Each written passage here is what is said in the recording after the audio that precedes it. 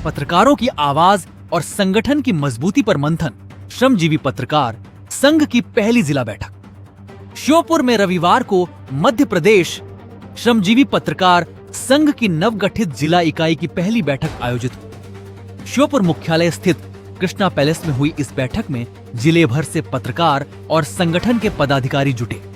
बैठक का नेतृत्व जिला अध्यक्ष नितिन सिंह सोलंकी और जिला महासचिव प्रशांत शर्मा ने किया। बैठक सिर्फ संगठन की औपचारिक शुरुआत तक सीमित नहीं रही, बल्कि पत्रकारिता के बदलते दौर, पत्रकारों के सामने आ रही चुनौतियों और उनके हितों को लेकर भी खुलकर चर्चा हुई। बैठक में पत्रकारों ने अपने अपने अनुभव साझा किए। ग्राउंड पर खबरों की तलाश से लेकर दबाव और चुनौतियों के बीच निष्पक्ष पत्रकारिता करने तक के मुद्दों पर विचार रखे गए। पदाधिकारियों ने कहा कि पत्रकारों की एकजुटता ही संगठन की सबसे बड़ी ताकत है और पत्रकार हितों की आवाज को मजबूती से उठाने के लिए सभी को साथ आना होगा। बैठक को संबोधित करते हुए संघ के प्रदेश उपाध्यक्ष राजकुमार दुबे ने पत्रकारिता के मूल उद्देश्य पर जोर दिया। उन्होंने कहा कि पत्रकारिता केवल खबर बताने का माध्यम नहीं, बल्कि समाज को सही दिशा देने और जरूरतमंद व्यक्ति को उसका हक दिलाने का जरिया भी है। दुबे जी ने कहा कि पत्रकारों को यह हमेशा देखना चाहिए कि उनकी खबर का समाज पर क्या प्रभाव पड़ रहा है। सोशल मीडिया के इस दौर में खबर तेजी से सामने आती है, लेकिन ऐसे समय में पत्रकारों की जिम्मेदारी और भी बढ़ गई है। उन्होंने पत्रकारों से सजगता, निष्पक्षता और जिम्मेदारी के साथ काम करने की अपील की। उन्होंने संगठन की उपलब्धियों का जिक्र करते हुए कहा कि मध्य प्रदेश श्रमजीवी पत्रकार संघ और प्रांताध्यक्ष शलभ भदौरिया के प्रयासों से प्रदेश में तहसील स्तर के पत्रकारों को अधिमान्यता का अधिकार प्राप्त हुआ है। वहीं संभागीय अध्यक्ष सतेंद्र सिंह परमार ने जिला इकाई को और मजबूत करने पर जोर दिया। उन्होंने प्रांतीय अध्यक्ष शलभ भदौरिया के निर्देशानुसार जिला अध्यक्ष और जिला महासचिव को कार्यकारिणी के विस्तार के निर्देश दिए। परमार जी ने कहा कि श्योपुर जिले के पत्रकारों की स्थानीय समस्याओं और मांगों को अब संभागीय और प्रांतीय स्तर पर भी प्रमुखता से उठाया जाएगा। उन्होंने आगामी संभागीय सम्मेलन को लेकर भी चर्चा की और कहा कि पत्रकारिता के सामने चुनौतियां लगातार बढ़ रही हैं। ऐसे में संगठित होकर काम करना समय की जरूरत है। बैठक में प्रदेश उपाध्यक्ष राजकुमार दुबे, प्रदेश कार्य समिति सदस्य अमर सिंह जादौन और राजकुमार बंसल, संभागीय अध्यक्ष सतेंद्र सिंह परमार, संभागीय कार्यकारी अध्यक्ष रामशरण शर्मा, संभागीय सचिव कमल सिंह तोमर, मुरैना जिला अध्यक्ष प्रशांत शर्मा, पूर्व जिला अध्यक्ष दीपक डंडोतिया सहित प्रदेश, संभाग और जिले के पदाधिकारी एवं पत्रकार मौजूद रहे।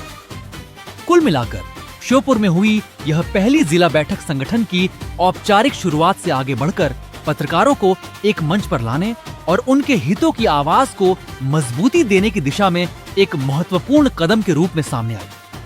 पत्रकारिता के साथ चुनौतियां तो निश्चित रूप से हैं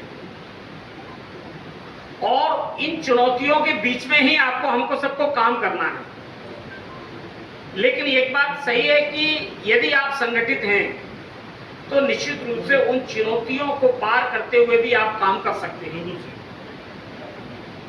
हमारे एक पत्रकार साथी ने अगर किसी चैनल में या किसी अखबार में खबर चलाई है और हमारा दूसरा पत्रकार साथी अगर उसकी आलोचना करेगा तो निश्चित रूप से हमारी ताकत कम होगी, हमारी जो मुहिम है वो कमजोर पड़ेगी। फिर भी हम कई चीजें ऐसी हैं जो हमारे हाथ में नहीं होती, जिनको हम नहीं रोक पाते, लेकिन हमारे हाथ में ये है कि हम 4 साथी, 6 साथी, 10 साथी एक साथ खड़े होकर संगठन के साथ जुड़ेंगे। और आप ये मत सोचिए कि हम 10 साथी या 20 साथी सिर्फ श्योपुर में जुड़े हुए, आपके साथ मध्य प्रदेश में जो हमारे 12,000 जो साथी है ना, वो आपके चैनल से जुड़े हुए हैं।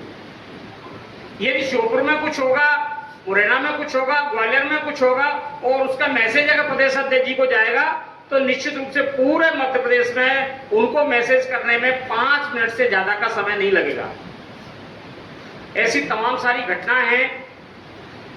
क्योंकि समय बहुत लंबा हो गया, सब साथियों को भूख भी लग रही है, जाना भी है सबको, तो आप ये मत सोचिए कि उसका रिएक्शन नहीं होगा। कोई अगर अधिकारी आपके साथ गलत करेगा, कोई जनप्रतिनिधि गलत करेगा, तो निश्चित रूप से सभी पत्रकार संगठन संगठित होकर उस लड़ाई को लड़ेगा। और हमारे पास ऐसे बहुत सारे उदाहरण हैं। मुरैना में एक कलेक्टर एक एसपी हुआ करते रवि, क्या नाम था उनका, रवि गुप्ता जी। अरे जब वो उन्होंने सार्वजनिक रूप से माफी मांगी थी, तो एक घटनाक्रम हुआ था और उस घटनाक्रम में एसपी ने काफी अन्वेष मंगलम के टाइम का भी प्रकरण है, जब पत्रकार साथियों ने सबने मिलकर के जब उस लड़ाई को लड़ा तो सार्वजनिक रूप से उनको माफी मांगनी पड़ी। हमने कहा देखो सवाल ये नहीं है, लेकिन फिर भी व्यक्तिगत रूप से किसी के पीछे पड़ना, किसी की आलोचना करना या व्यक्तिगत रूप से किसी का नुकसान पहुंचाना, ये हम थोड़ा सा इन चीजों से कुछ से बचेंगे तो निश्चित रूप से एक साफ, स्वच्छ और अच्छी पत्रकारिता हम लोग करेंगे तो निश्चित रूप से हमें समाज में भी सम्मान मिलेगा और हमारे समक्ष जो चुनौतियां हैं उनको भी हम फेस कर पाएंगे। पत्रकारिता निश्चित रूप से हम किसके लिए करते हैं ये पहले हमें तय कर लेना चाहिए।